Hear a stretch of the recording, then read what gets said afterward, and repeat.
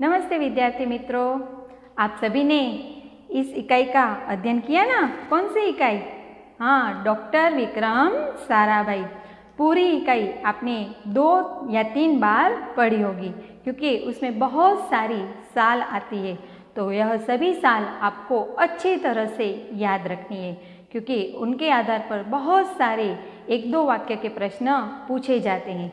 पुस्तक में तो आपको प्रश्न नहीं दिए गए, लेकिन बहुत सारे प्रश्न हैं जो इस इकाई से बनते हैं।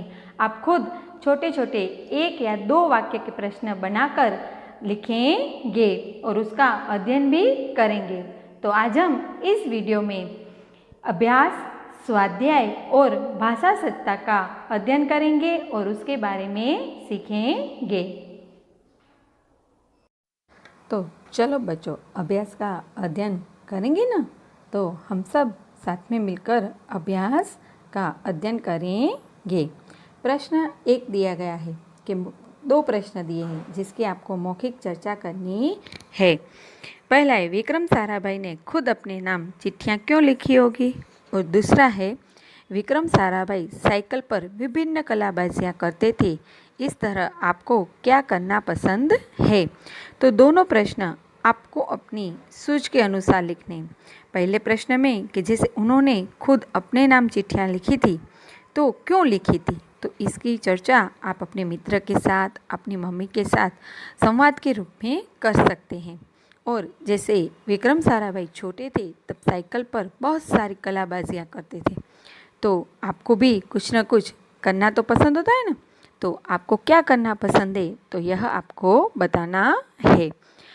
प्रश्न 2 आपको दिया गया है कि इस पाठ को ध्यानपूर्वक पढ़ते हुए विक्रम साराभाई के बचपन की घटना अपने शब्दों में लिखिए। तो आप सबको पता है कि क्यों हमने इस पूरी इकाई को अच्छी तरह से पढ़ा है और आपने भी पढ़ा होगा।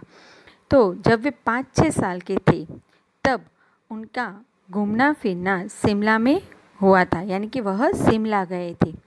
वहाँ पर उनके पिता अंबालाल के नाम पर ढेरों सारी चिट्ठियाँ आती थी क्योंकि वह बड़े उद्योगपति थे।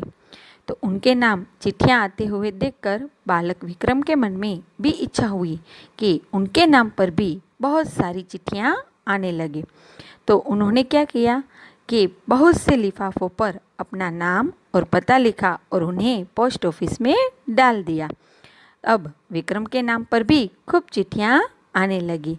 तो इस घटना से यह भी पता चलता है कि ये महान वैज्ञानिक की बुलंद इरादों की झलक बचपन में ही हमें मिल जाती है। तो प्रश्न 2 आपको अपनी नोट में लिखना है। प्रश्न 3 में निम्नलिखित शब्दों के अर्थ शिक्षक छात्र से पूछेंगे और छात्र शब्दकोश में अर्थ ढूंढकर उत्तर देने के लिए अपना हाथ खड़ा करेंगे।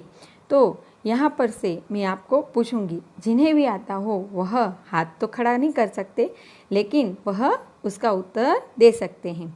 जैसे कि गाथा तो क्या होगा? कथा। प्रतीक तो चिन्ह। विक्रम तो वीरता।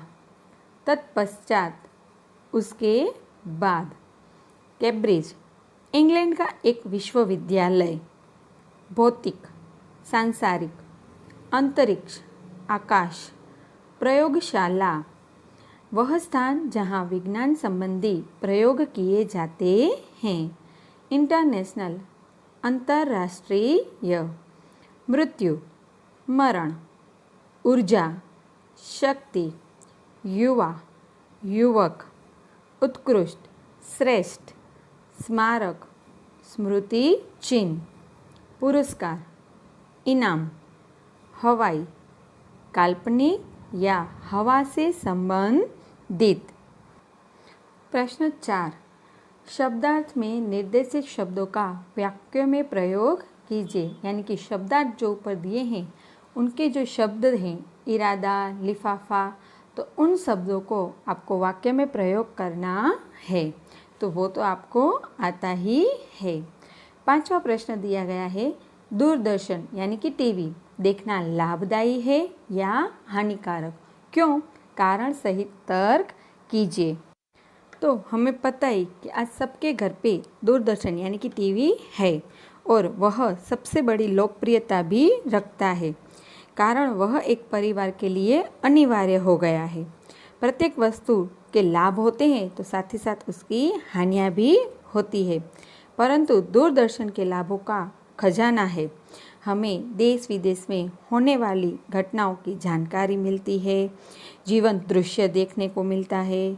बाढ़ हो, अकाल आयो हो, भूकंप हो आदि कोई भी न्यूज़ है वो हमें दूरदर्शन पर देखकर हमारी मानवता जाग उठती है या हमें इसके बारे में पता चलता है। तो बहुत सारे टीवी के लाभ हैं। तो आपको यह टीवी के लाभ और हानि निबंध में भी पूछा जा सकता है।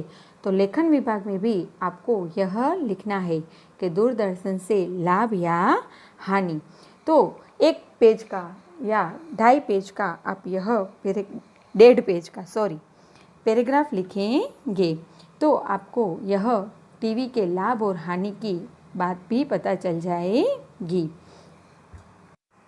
इसके बाद स्वाध्याय में भी आपको प्रश्न नहीं दिए गए।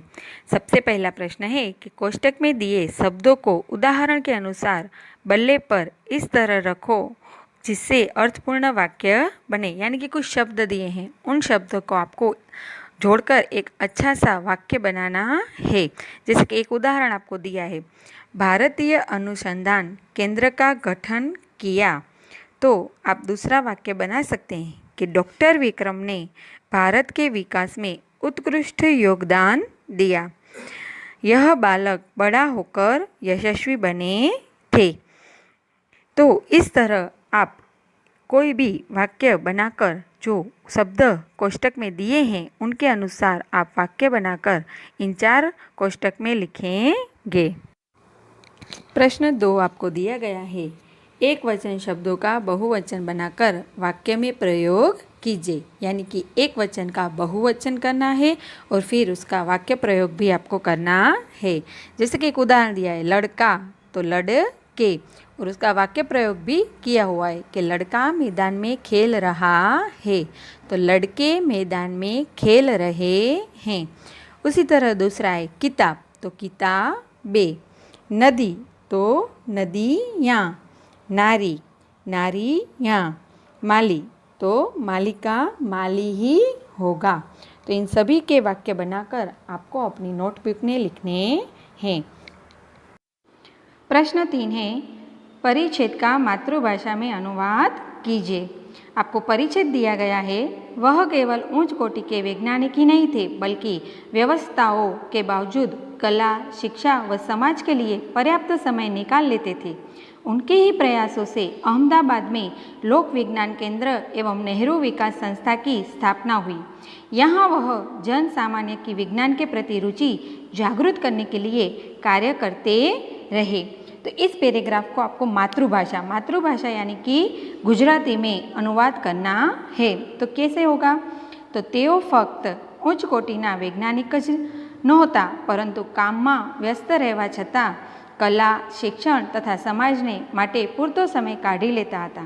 તેમના જ પ્રયત્નોને લીધે અમદાવાદમાં લોકવિજ્ઞાન કેન્દ્ર અને નહેરુ વિકાસ સંસ્થાની સ્થાપના થઈ।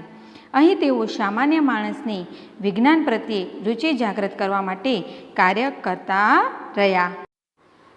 उसके नीचे आपको दिया गया है भाषा सज्जता। भाषा सज्जता में आपको 2 सर्वनाम के बारे में सिखाया गया है। पढ़िए और समझिए। 4 वाक्य दिए गए हैं जो इस प्रकार है, यह किताब कोकिला की है, लड़का गेंद से खेल रहा है, दरवाजे पर कोई है, प्रीति के पास कुछ तो है।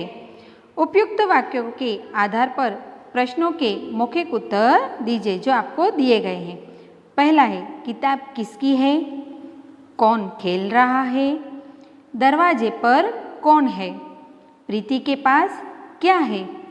तो उपयुक्त वाक्य 1 और 2 में आप व्यक्ति या वस्तु का नाम बता सकते हैं।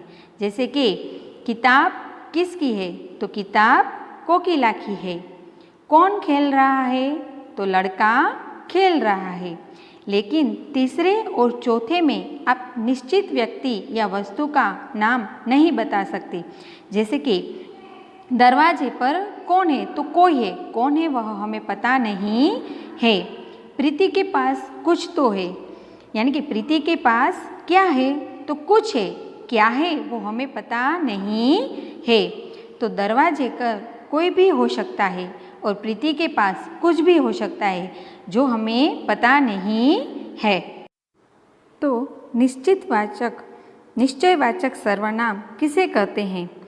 तो निश्चयवाचक सर्वनाम जिस सर्वनाम के द्वारा किसी पास या दूर की वस्तु या व्यक्ति का निश्चित रूप से बोध करवाया जाए उसे निश्चयवाचक सर्वनाम कहते हैं। जैसे यह, वह, इसके द्वारा निश्चित संख्या का बोध होता है। दूसरा है अनिश्चयवाचक सर्वनाम। तो किसी व्यक्ति या वस्तु का निश्चय न हो तब अनिश्चयवाचक सर्वनाम होता है। जैसे कि कोई, कुछ। जब हमें किसी के बारे में पता है कि किसने यह कार्य किया है तो वह निश्चयवाचक सर्वनाम में आता है, लेकिन जब हमें पता नहीं है कि किसने किया है तो वह अनिश्चयवाचक सर्वनाम के अंतर्गत हम रख सकते हैं।